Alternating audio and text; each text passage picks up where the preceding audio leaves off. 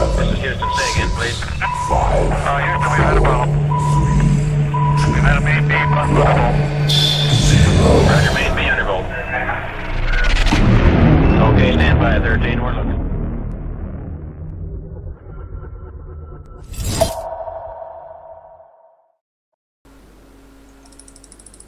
We are looking at a snapshot here that Martina brought us and snapshotted. It's posted a while ago by another Mars anomaly researcher called Sarah Runci. Many of you probably know Sarah. Martina, yeah.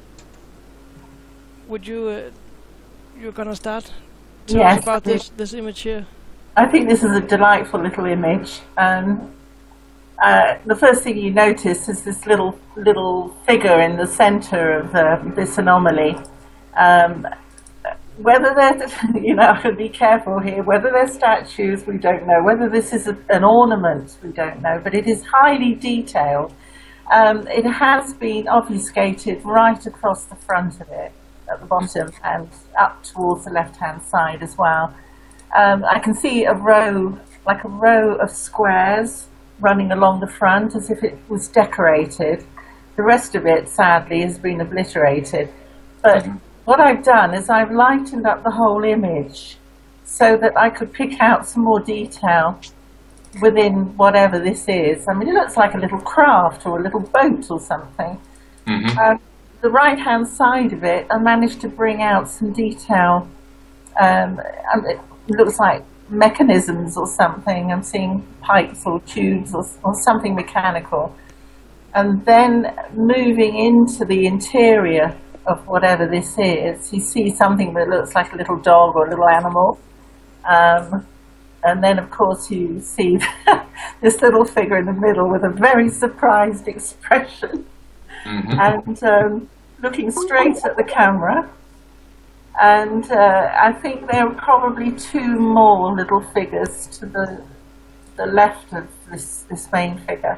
I think it's a wonderful find of Sarah's. She seems to have a very good eye for finding these things. It's a delightful little thing. It's a good one. It is a really good one. I actually have a picture of the same anomaly where all these things are not in it, where it's covered by a rock side. I can't remember who posted it. It was from another site, NASA site, where same anomaly was, just without all these features in. There was just plain rock on top of it. It was being covered up. I'm gonna find it out here and post it here now. So, Billy Carson, I would like to hear your thoughts on this one. What are we seeing here? Yeah, this is an amazing one. When I first, how I met Sarah was actually finding this. First joined the groups, images I found with Sarah Runci, and that's how I started talking with her back and forth about this image actually. And this is an amazing image because it looks like some type of a boat or craft, and it appears to have anomalies on the inside, whether they're real or alive or dead or statues or stone or wood. We don't know. We can only speculate. But it's so strange how some of these things are always looking at the camera. Absolutely. It's a hell of a coincidence. That's all I can tell you. But I really like this image because this pan is, first of all, this gigapan is phenomenal. I mean, there's so much stuff in it. And this right here, there's actually a couple of more of these type little crafts with things inside of them around this area. And even some of the things that are inside appear to be on the outside, on the ground. So I tell everybody they should look at this gigapan very thoroughly with a magnifying glass and just go through it. Look at some of the snapshots. That'll take them right to some of these things so they don't have to go digging too far. And just check it out for themselves. It's there. Absolutely. I don't know what it is, but whatever this is, it's very strange.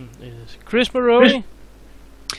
I think when you guys had done this, because I know Sarah had done this, and then Martine, you've done it as well. It's a really good job on the finding what's in this particular rock. I've done this myself, and if you notice in the backside or the left side of that supposed rock, it looks like a circle that's actually been covered up.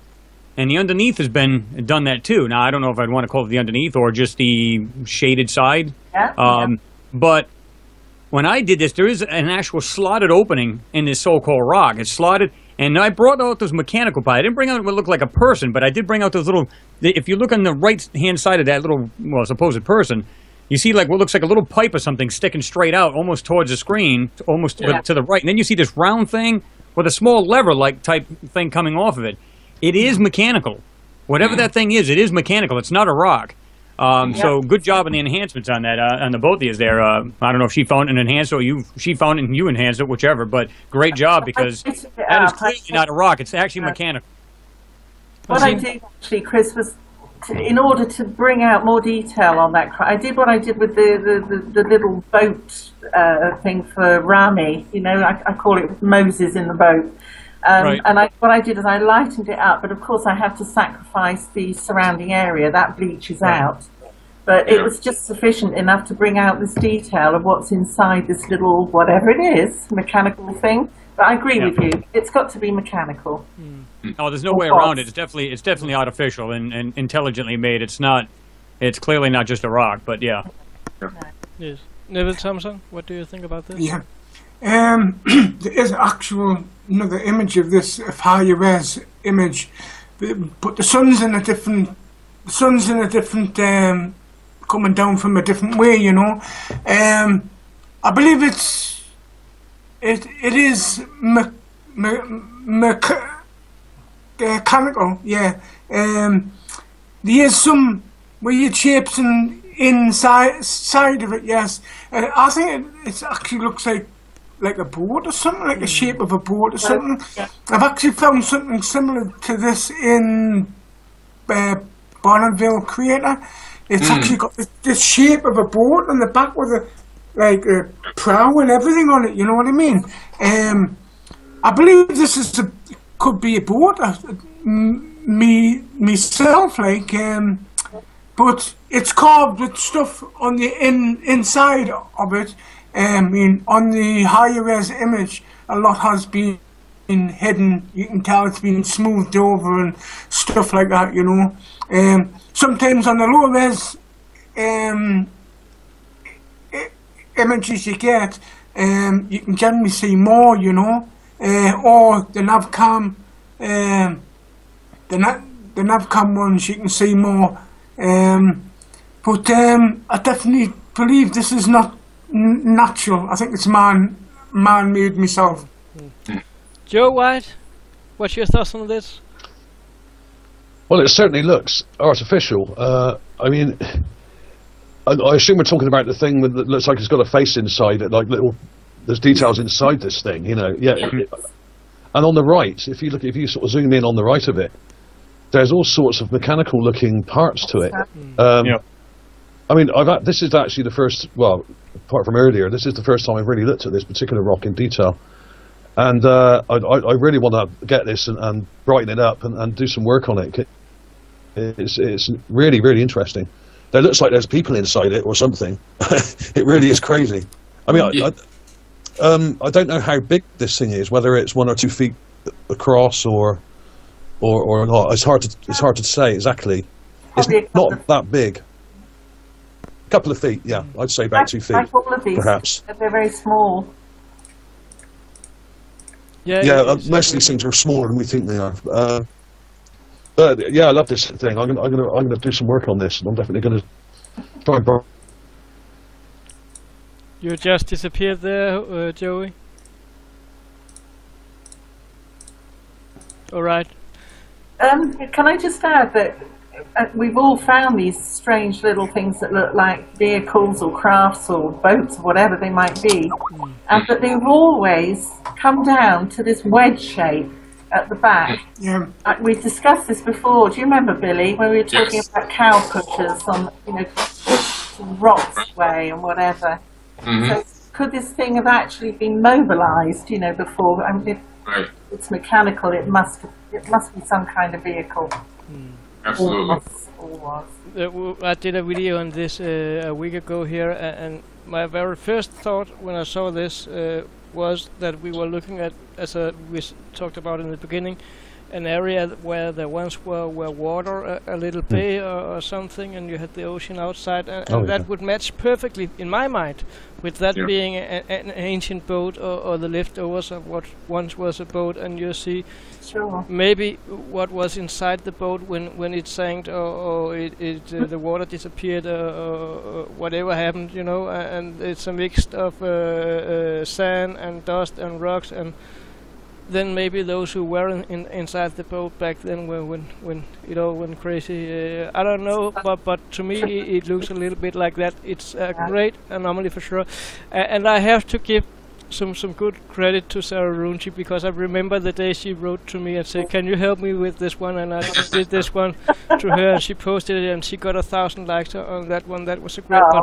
But when that's said, I also have to say that no matter who found it, there will always have been someone that was there before. We never know who actually was the first. Right. But the first one I know posted this one or came with it. This one was Sarah, but there could have been lots of people before her. But it's a great one. All credit to Sarah Runchi, and you can. I still have the credit on the picture here you see here, because it's the same picture as I made back then. I just changed the logo to the new one here and kept the credit to Sarah on that one. Thank you, Sarah, for sharing that one with us. We will have to go on to the next picture here, and that's also one of Martina's. And the top text says tree trunk and flat iron. The flat iron. I know, Billy, you've got this one, haven't you? You've got the white object, yes. But my concentration is on the rest of it. You know, you've got 3 or 4 sections of what looks like a petrified tree. We save the iron section for Billy. For Billy, absolutely. It's a shoe. Billy says it's a shoe. A shoe. Sorry. Yes. Yeah. My bad.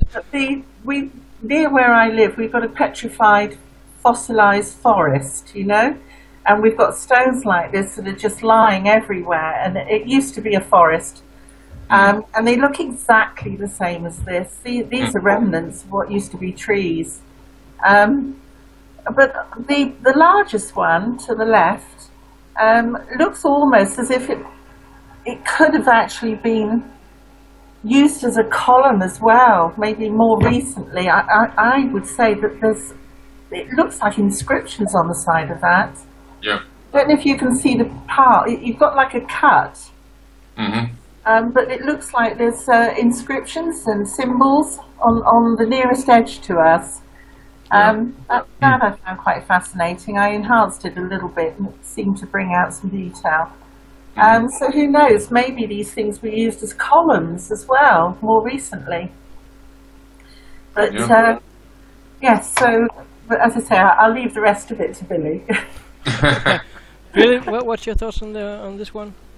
Yeah, one of the things that I found just from my own personal exploration of these images is it appears that things have been used multiple times for different things. Yeah. So this could have originally started out as a tree and then evolved to a column, and then from a column turned into something that somebody was using, because we see markings on what appears to be a lot of garbage or wreckage or trash or whatever. It seems like somebody or someone at some time in the past put some of these things and started etching on them and drawing on what appears to be literally junk. So it could even be that somebody came along way after this thing had been broken apart and whatever and left it, and somebody started using it for something else. But one other thing that I did notice in this, and I could be wrong, but directly there's one kind of to the left, and above it there appears to be something that almost looks like a book sitting there right on top of one of these broken columns or tree trunks. The third one kind of it's broken into kind of maybe 3 pieces, and above the third piece on the right there's a what might be something that looks similar, I would say, to a book. The back of the book, you can see the actual back border and maybe some of the covering of the book, but I could be wrong, but it kind of looks like that. It could be something totally different. I just don't think it's part of the natural surrounding rock. You know, it might not be a book, but it doesn't seem to fit in with what appears to be the dirt and rocks in that area. You know, so it's just a very interesting. Again, this pan is very interesting.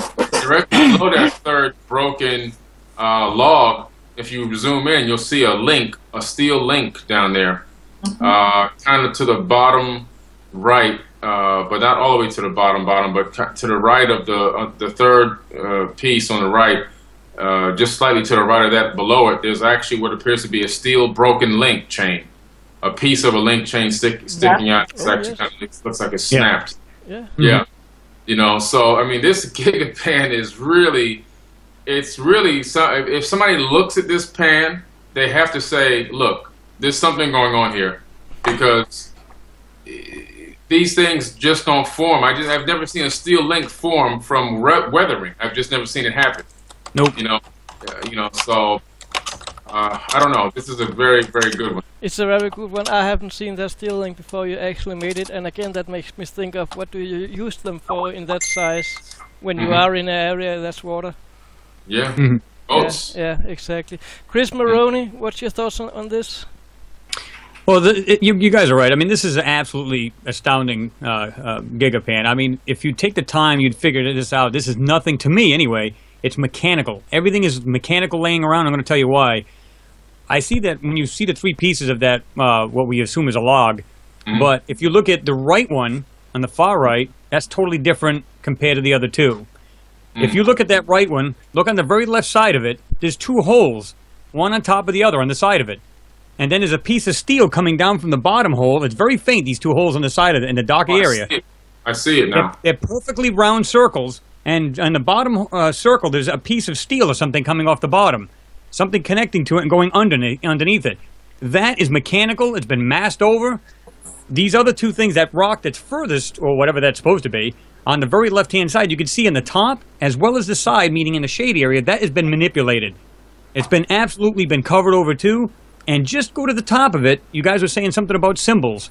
It looks like symbols, or to me, there's some kind of outline of something intelligently made, maybe something mechanical, or it is some kind of symbol on there. We don't know. But clearly, those pieces are two different substances. As far as the fabric or whatever they're made out of, or at least what they dress these things up to be, they're totally different looking. But like I said, if you look on that very one on the right, you can see the two circles perfect. One appears to be almost maybe a little smaller. It's just the way it's set up, but there's one and one below it, and then something going underneath it. These are just, again, these are just being masked over. But to me, you look at this picture, man, it's mechanical, everything. Everything's like something totally exploded here, which goes along with the idea or the theory we have that whatever happened to Mars is totally catastrophic, and this is what we're seeing, or at least if we choose to see it and get through the BS, we're definitely seeing this stuff. Thank you very much. Neville Thompson, what's your thoughts on this one? I actually think it's part of a road myself, because if you scroll past the three big blocks there, right? Now, if you see the block at the top, right, the dark block at the top, now come down to the right, you can see two pieces of stone there, right? The top half of the stone has been, it looks like a slab of stone being actually joined onto the bottom half of the stone. Yeah. It looks as if it's actually man-made, you know. Now I've found other pieces of stone lying on the sides on the ground that you can actually see it looks like concrete with a slab of stone on the top of it, you know.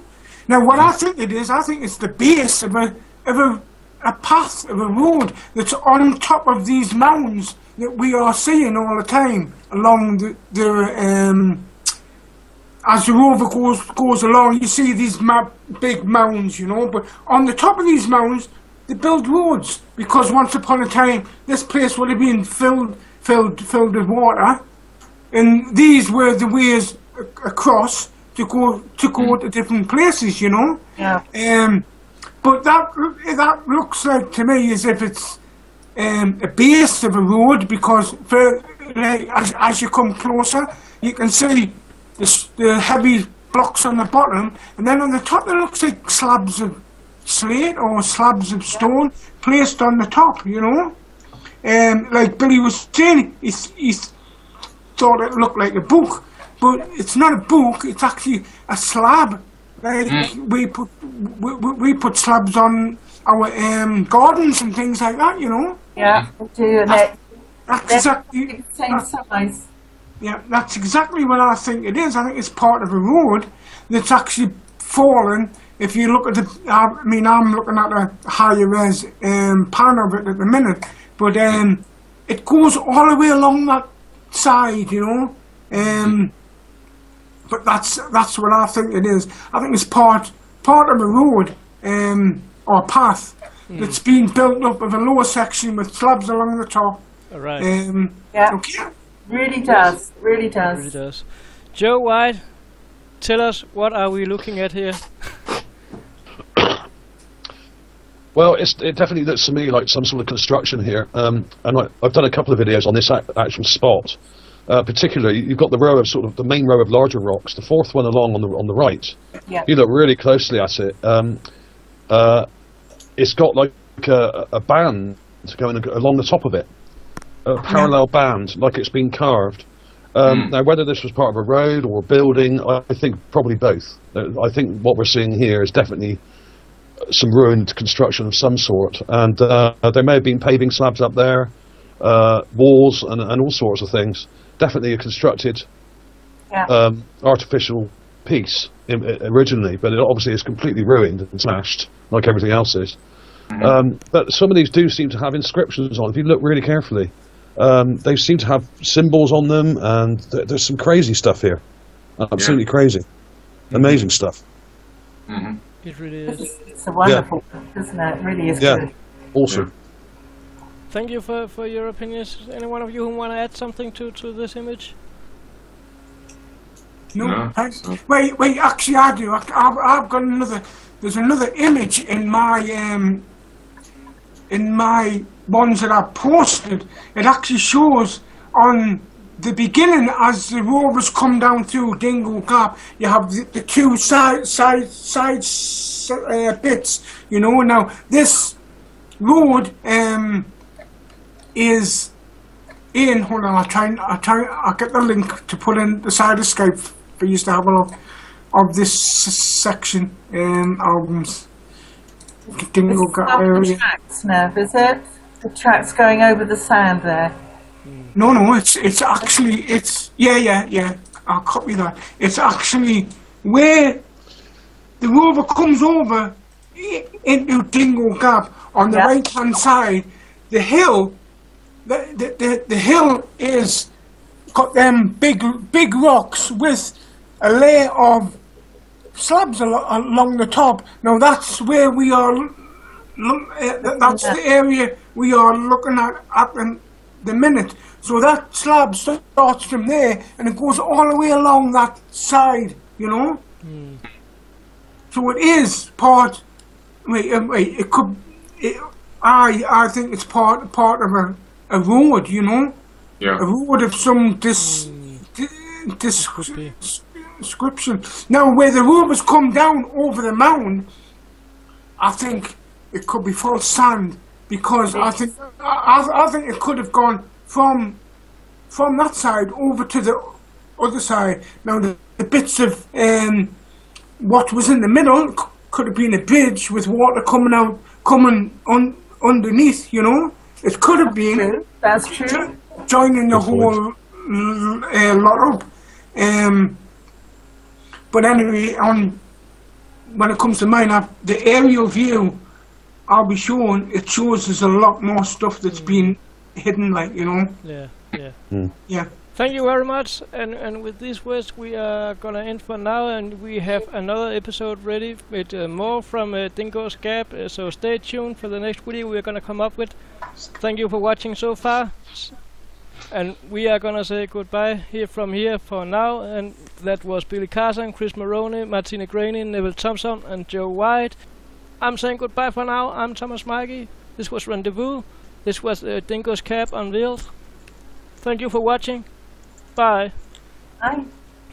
All right.